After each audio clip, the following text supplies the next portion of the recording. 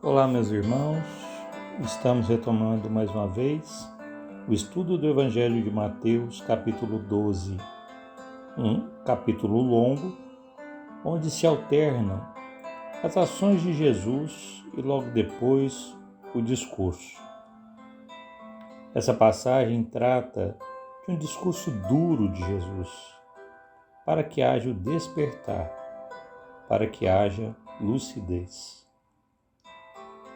Na semana passada, vimos toda a passagem para identificar uma palavra que é a ligação semântica entre a ação, que é a passagem de cura do cego mudo endemoniado, e o discurso que trata da questão da aplicação do verbo. Nesse sentido, nós já comentamos sobre a calúnia, a maledicência, que muitas vezes se utiliza de mentiras para desmerecer, confundir, maltratar intencionalmente a honra de alguém. Já falamos do verbo malicioso que envenena as pessoas, utilizando para tanto o simbolismo do escorpião. O versículo de hoje não traz muitas metáforas, pois é claro logo no seu início. Ou seja, é a prova de que o que está em análise é o verbo. Diz o versículo 34 do capítulo 12 de Mateus. Raça de víboras, como podeis dizer coisas boas sendo maus? Pois da abundância do coração fala a boca. Sabemos que o Evangelho de Mateus foi sendo adensado ao longo dos anos. Muito da contribuição da espiritualidade sempre presente até a tradução para o grego. É um texto fundamental para a evolução espiritual do planeta. Logo, não poderia ser a contribuição de um único autor. As cópias do texto foram sendo distribuídas e melhoradas por muitos dos seguidores do Cristo, adensando e melhorando, para que atravessasse os séculos. Por que está sendo frisado isso?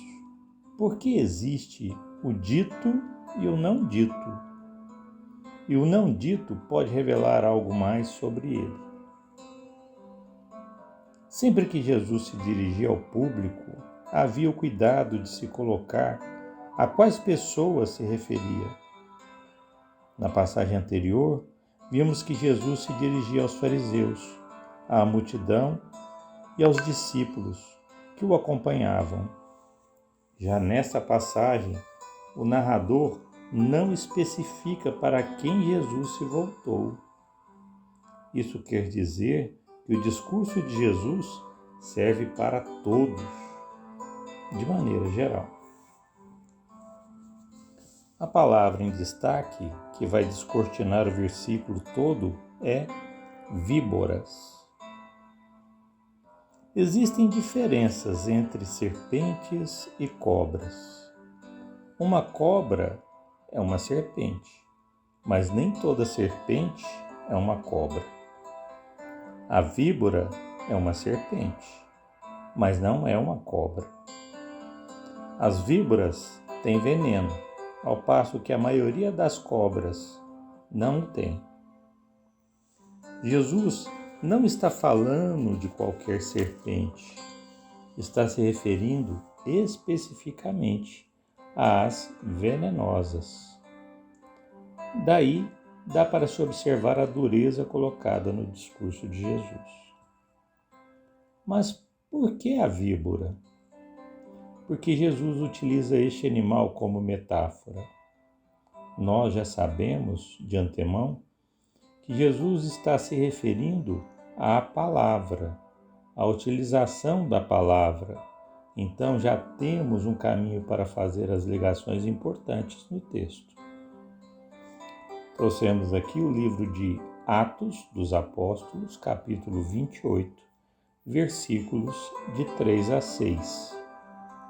Que diz o seguinte: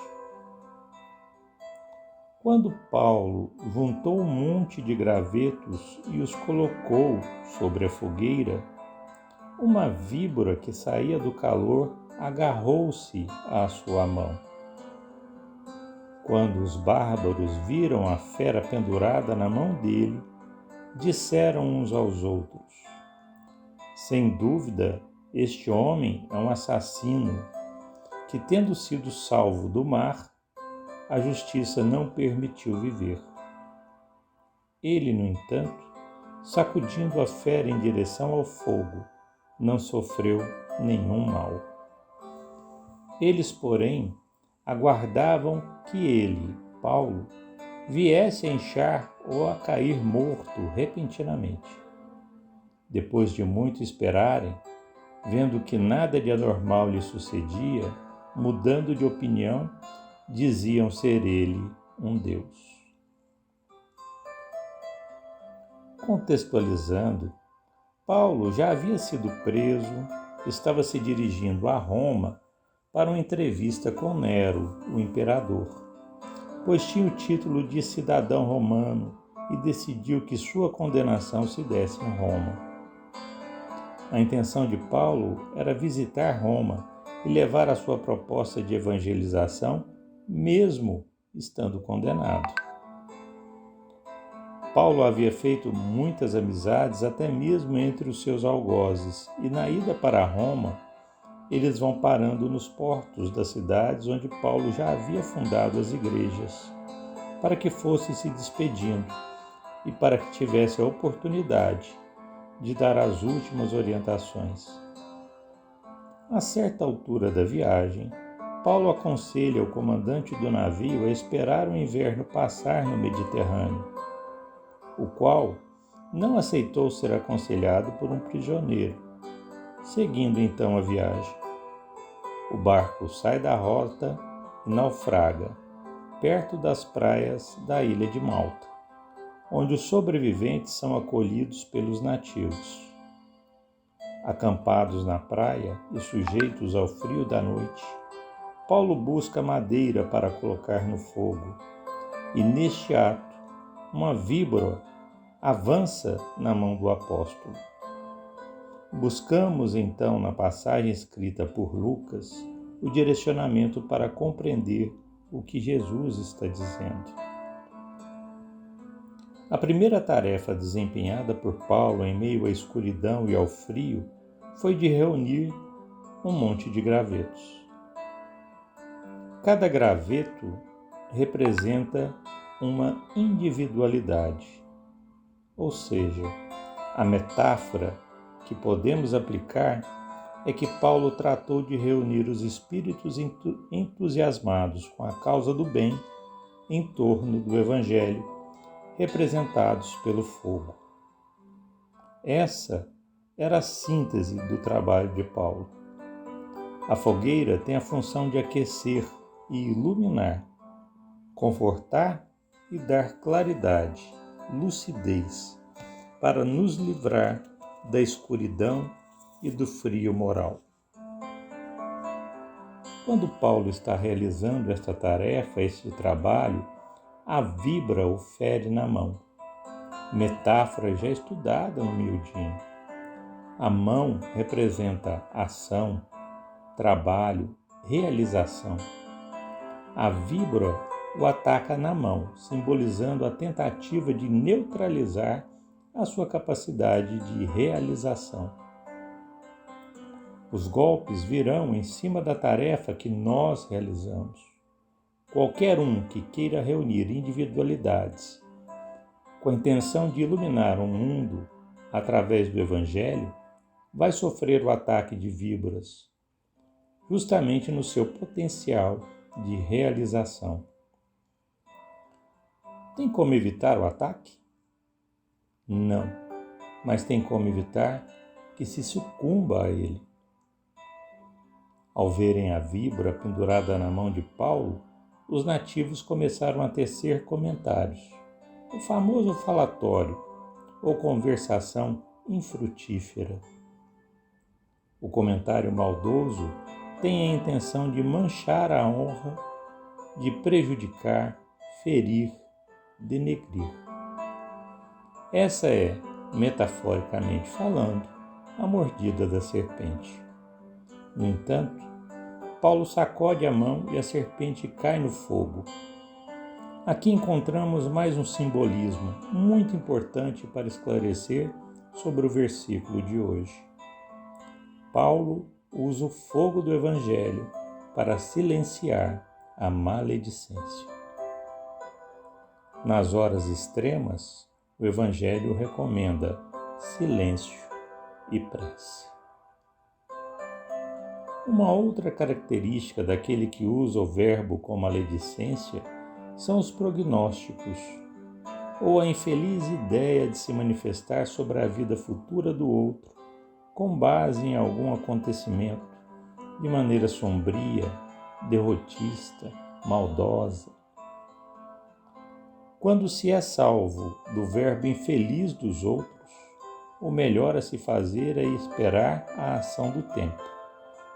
Mas assim como aconteceu com Paulo. Não se consumando o mal esperado, a multidão apresenta o seu outro lado, ou seja, muda de lado, mostra a sua inconstância. A multidão que um dia apedreja, no outro dia aplaude. A mesma multidão que ovaciona, no outro dia crucifica. Do livro Paulo e Estevão, segunda parte, capítulo 9, intitulado O Prisioneiro do Cristo, vamos também observar esta mesma passagem citada por Lucas. O livro diz o seguinte: Mas, quando o apóstolo atirava um feixe de ramos secos à labareda crepitante, uma víbora cravou-lhe na mão os dentes venenosos. O ex-rabino susteve-a no ar com um gesto sereno, até que ela caísse nas chamas com estupefação geral. Emmanuel traz uma informação que Lucas não havia comentado no versículo. Nos diz que ao deixar que a víbora caísse na labareda, ou simbolicamente que ficasse entregue à luz do Evangelho, ele o faz de uma maneira serena.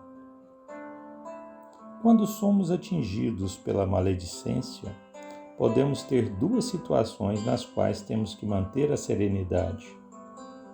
A primeira é refletir se o que está sendo dito realmente fala de algum defeito próprio e concordar com a observação, mesmo que seja maledicente, por abrir os nossos olhos para algo que precisa ser melhorado.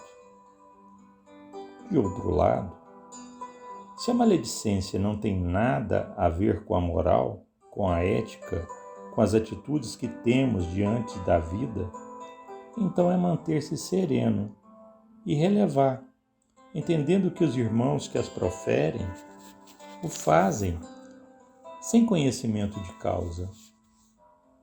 Manter a serenidade nesses casos desarma o agressor, levando-o a refletir mais intimamente. Este é o Evangelho que faz arder as consciências. Com serenidade, silêncio e prece, se queima a víbora. A víbora não é a pessoa, mas o verbo utilizado com maldade. Continua Emmanuel. Diante do prognóstico dos nativos da ilha, Timóteo aproximou-se mais intimamente e buscou cientificá-lo do que diziam a seu respeito. O ex-rabino sorriu e murmurou: Não te impressiones, as opiniões do vulgo são muito inconstantes. Tenho disso experiência própria. Prognóstico é um termo médico, usado por Lucas, que era médico, e aproveitado por Emmanuel para nos apresentar o quanto nós nos dedicamos a fazê-los a todo instante. para quem quer que se nos apresente, seja para tentar ajudar, seja para comentar sobre a vida do outro de forma irrefletida. É a famosa conversa fiada. Devemos observar que nem tudo que nós pensamos precisa ser dito. A educação do pensamento começa pela boca. Filtrar o que se fala vai nos habilitar mais tarde a filtrar os pensamentos. Tendo pensamentos de maior qualidade, estaremos adestrados a filtrar também os sentimentos. Essa disciplina vai nos transformar em seres humanos educados. Timóteo, por sua vez, na sua impulsividade, tem uma atitude de invigilância. Não havia necessidade de cientificar Paulo do que os outros falavam. É falta de caridade, tanto para aquele que comentava desrespeitosamente, quanto para quem recebe a notícia, mesmo que amorosamente. Desequilibra. Não estamos habilitados a mexer com o sentimento alheio, mesmo porque não gostaríamos que mexessem com os nossos. Ao contrário do que Timóteo esperava, Paulo, com a sua serenidade, já compreendia que a multidão é inconstante. Traz da sua experiência o ensinamento precioso ao valioso amigo. A serenidade ajuda a não agravar ainda mais os problemas. Diz então Emmanuel: estejamos atentos aos nossos deveres, porque a ignorância sempre está pronta a transitar da maldição ao elogio e vice-versa. É bem possível que daqui a algumas horas me considere um Deus. Não conhecemos o outro para falar mal ou para falar bem, com profundidade, ou seja, somos totalmente ignorantes a este respeito. O nosso senso de justiça enviesado nos leva a julgar o outro, a pessoa e não o ato. O ato atesta a ignorância. O julgamento deveria ser relevar, não levar a sério, não se abalar. Devemos nos lembrar que a tarefa de crescimento é pessoal e intransferível. Do livro Indulgência, na lição 16, intitulada Pela Boca, Emmanuel comenta: aquilo que sai da boca, diz-nos o Evangelho, precisa merecer-nos tratamento especial. As viandas com que o homem muitas vezes ameaça a própria saúde prejudicam apenas a ele mesmo, quando a frase contundente ou grito de cólera podem alcançar toda uma assembleia de corações, determinando enfermidades e desequilíbrio. É pela boca que vazamos da alma desprevenida os tóxicos da maledicência. E ainda por ela que arrojamos de nosso desespero os espinhos da discórdia, que levantam trincheiras sombrias entre irmãos chamados por Jesus à sementeira do amor. É da boca que saltam de nosso sentimento mal conduzido as serpentes invisíveis da calúnia, envenenando a vida por onde passa. E ainda por intermédio dela que operamos o exame insensato das consciências alheias, apressando julgamentos da esfera exclusiva daquele justo juiz que preferiu a morte na cruz para não condenar-nos em toda a extensão de nossas fraquezas. Mas também é pela boca que exteriorizamos a ternura e a compreensão que restauram e fortalecem.